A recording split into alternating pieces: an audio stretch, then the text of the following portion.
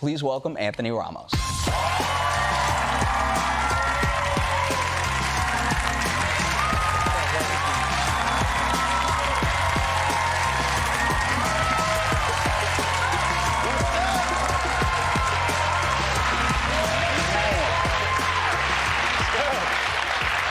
Thank you so much for coming. Thank you for joining me. Thanks for having me, man. Yeah, you're like a star, man. You're a star. That's very kind, but no, it's like this is wild. You're in the movie and now you're here. I'll tell you what was wild. That Chuck E. Cheese shit was wild. Yeah.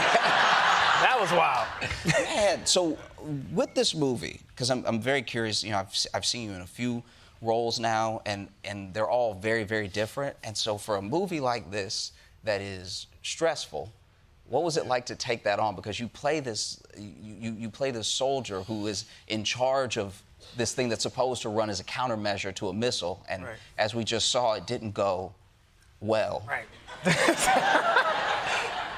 Doesn't go as planned. Yeah. Yeah, I play Major Daniel Gonzalez, and he's you know, there's an actual, you know, there are soldiers in Greeley, you know, Fort Greeley in Alaska. And all they do is monitor all the ballistic missiles launched around the world. They sit there for 24 hours, they rotate shifts, and they just watch all the ballistic missiles go off all day and all night. And yeah, this one doesn't do the thing that they thought it was gonna do. Yeah. And taking on this role, was that like stressful for you? Because I've heard from actors that sometimes they don't think about a part of life until they play a person who lives it. Right. You know? So now are you kind of like looking up? Do you know what I mean? Like, do you look up at the sky like, you know what I mean? Yeah, right. It's every day. I'm just drinking my coffee like. Yeah. Because then even, you know, in the movie, it's like this missile, but, you know, remember the balloon? Yeah. Yeah, it's like that would have been them who were like, we gotta shoot this balloon. Oh, it was a balloon, right? Right, yeah, sure. And so I just feel like when you're playing a role like that in a thriller that has a lot of intensity to it, and the pacing is very, I don't know how I would say it other than like, it's just tight. Like from shot to shot, the tension's like building. So I know that you're shooting scenes and then you get your breaks and you go home and everything, but like, how do you unwind after that? Just THC drinks, brother. Yeah.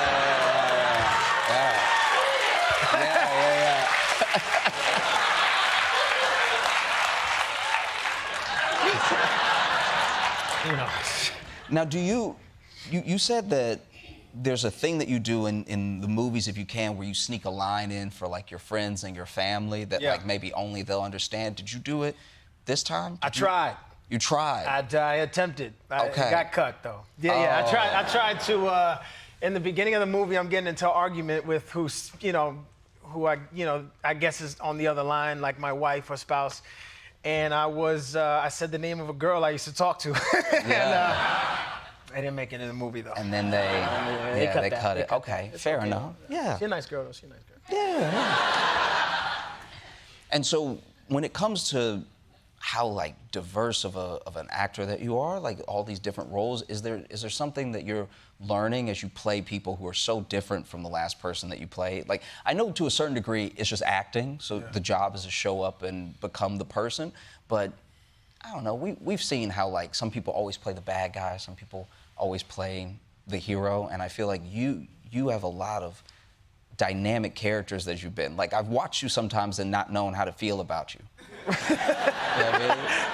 But because you're Wouldn't doing be the first time I heard that.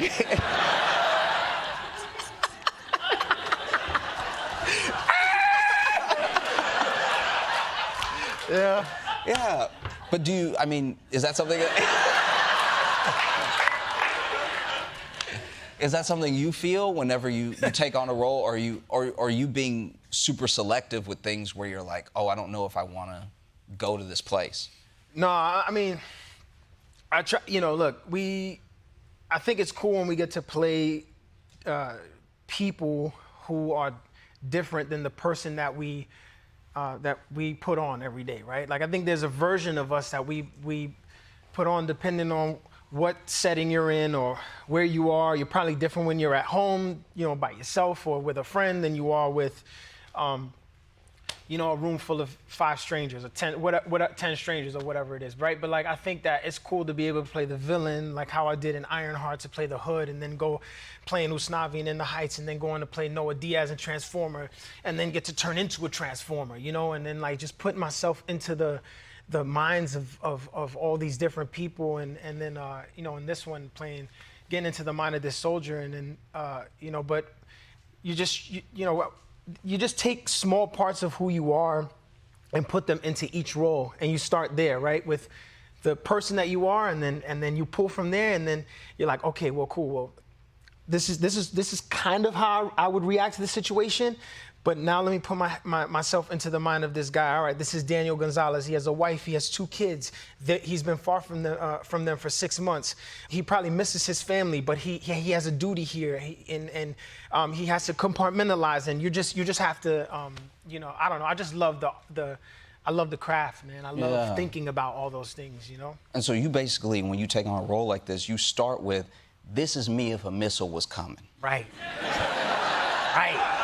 And then you add all the other stuff later. You worry about the extra stuff later. Missile is the, right. Yeah. This is me if my ex is walking down the block. And so, do you now, having finished the movie, watched the movie, has it made you like a prepper now? Do you know what I mean? Like if I learned a lot about military operations, what they would do if a missile was coming, and what they would do if things didn't go according to plan and a missile was coming, I don't know. I might be like a bunker. Are you a bunker guy now? A bunker? You got a bunker in New York City? I don't have a. They treating you good on the Daily Show. That's brilliant. To like, I asked you about bunker, and then you made it about me, which means you clearly got a bunker. I mean, nah, man. If it comes, then I'm just like, yo, God, I hope I lived a good life. I mean, joking, but honestly, man. I mean, look, in reality, we don't have a lot of time. Look, for anybody who sees this film and goes to watch this movie, like this movie happens in 19 minutes. And, in the film, we don't know where the missile comes from, but you don't have 19 minutes to intercept it. You have 19 minutes until it hits. So you have less time for that, for that GBI, it's a ground-based interceptor, for it to hopefully hit the missile and successfully intercept and blow it up. And if not, you just gotta hope that. Yeah. You gotta hope for something. No, I'm with you. I mean, look, 19, I'm just wondering, because once again, you put a little piece of yourself in the role, and then you played the role. I think you played it incredibly, all right? Thanks, man. 19 minutes left. What are you doing with your real life? You know what I mean? Like, it's you have 19 minutes left. Let's say the movie's real life. We both have 19 minutes. What are you doing? Man.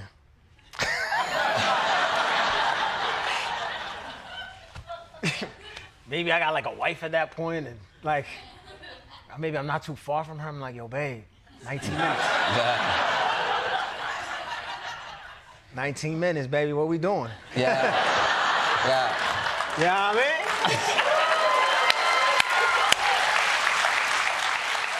So you are an actor, singer, songwriter, dancer, and a restaurant owner.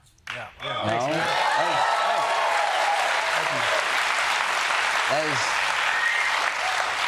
absolutely incredible. You're like a quintuple threat. Wow. You know what I mean? Wow. And I'm admittedly trying to be like a threat. You know what I mean? I was wondering, just because, I'm trying to do these interviews. And You a threat, though. You've been killing this the whole time. Oh, thanks, man. That's very more than a threat, my brother. No, that means a lot. It still isn't any one of those things, but I am a little tone deaf, and I was wondering if you would lend some of your talent to me and teach me how to sing just a little bit. Because you're an incredible singer. Thanks, man. And so if you're an incredible singer and I can't sing at all, maybe you could give me just carry a note.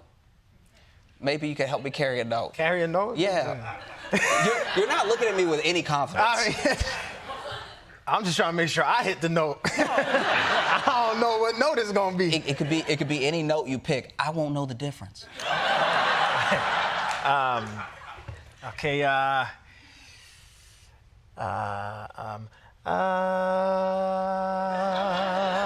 Just try that. Okay. You got it. Now come on, stop playing. Wait. Nah, No, you ain't even trying. I'm trying to do. Okay. I'm trying to match exactly. No, we're gonna do it, Lord. Okay. Okay. Yeah, right there.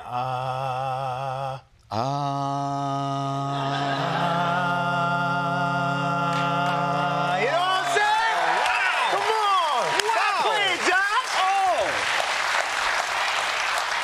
Was that singing? Yo, we was just harmonizing, my G. That's what that is. Cheers, bro. Cheers. You know what I mean? Come on.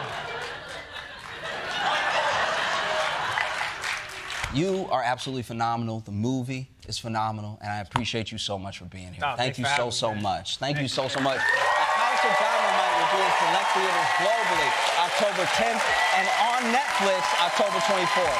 Anthony Ramos.